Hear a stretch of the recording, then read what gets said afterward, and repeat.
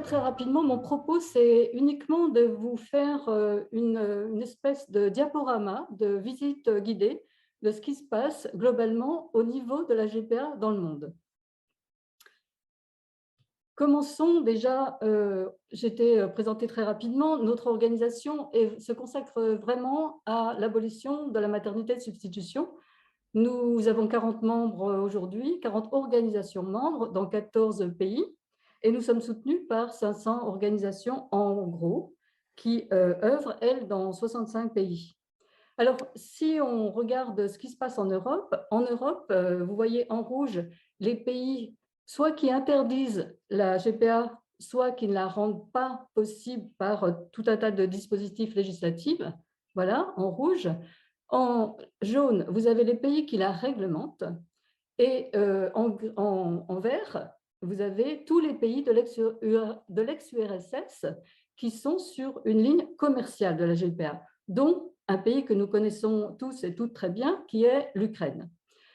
En gris, ce sont des pays où ça n'est pas très clair, mais c'est en train de se clarifier pour certains pays et nous reviendrons là-dessus.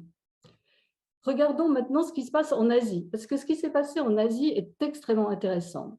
Tout le monde sait qu'à partir des années 2005-2006, l'Inde était vraiment le hub, vraiment le supermarché de la GPA pour le monde entier.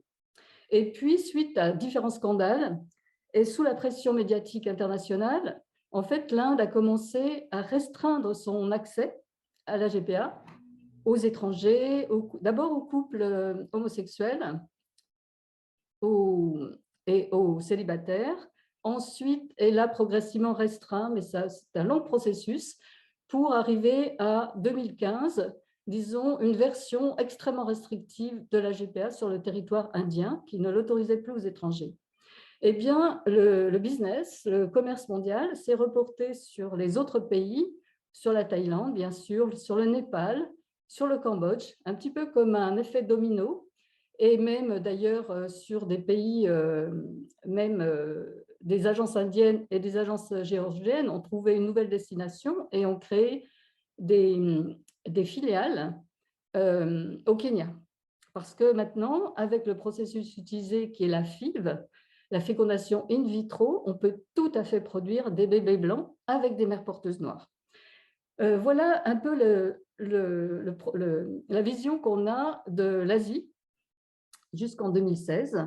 Et coup de théâtre, en 2022, eh bien, la Thaïlande revient sur son processus législatif pour tenter de réouvrir la GPA transfrontière pour un seul motif, un motif très simple, c'est que la GPA commerciale est une source de devises. Voilà. Alors, globalement, comment expliquer un petit peu les attitudes les différences politiques entre les différents pays?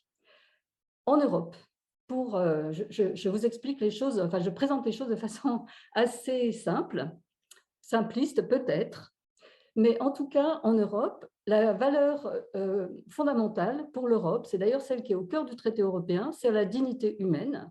Pourquoi? Parce que nous avons connu les horreurs du nazisme pendant la dernière guerre mondiale. Et la dignité humaine est quelque chose de très sensible en Europe. Et c'est un peu en raison de cette valeur que la GPA s'est trouvée interdite dans ces pays à partir des années 80. Voyons maintenant ce qui se passe dans les pays qui sont réglementaristes. Ce sont les pays d'obédience dans l'ex-empire britannique qui, là, considèrent un peu la GPA comme un fait accompli. S'il y a fait accompli, eh bien, il reste à le réglementer pour en limiter les excès. Donc, sous l'effet du pragmatisme, on réglemente.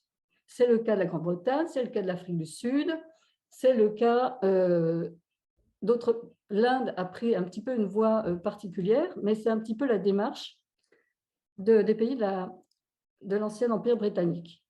Quant aux États-Unis, eh bien, la valeur centrale, c'est bien sûr la liberté individuelle, et la liberté individuelle nous conduit naturellement au libre-échange. Aujourd'hui, Ce portrait que je vous ai dressé est un portrait qui, il y a 3 ans, était encore assez valable et sur des situations qui étaient stables, qui n'évoluaient pas trop vite. Aujourd'hui, ça n'est plus le cas. On est face à de nouveaux dangers. D'abord, le premier, c'est que les réglementations tombent quand un pays est réglementariste, a promulgué des lois qui restreignent l'accès à la GPA. Eh bien, ces lois tombent, ces textes sont progressivement édulcorés. Ce qu'on sait, c'est que quand la loi se substitue au contrat pour régler, voire organiser la relation entre les différentes parties, elle n'en évite pas pour autant les effets qui sont exploitation, marchandisation, réification.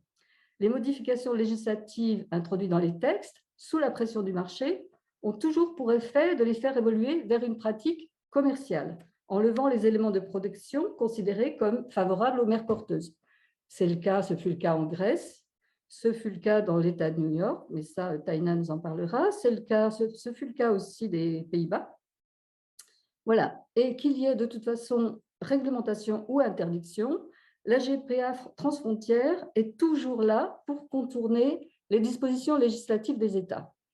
Les États se trouvent dans la position de protéger leurs citoyennes pour qu'elles ne soient pas exploitées comme mères porteuses, mais ils donnent en même temps un blanc-seing à leurs citoyens pour aller exploiter les femmes dans d'autres pays.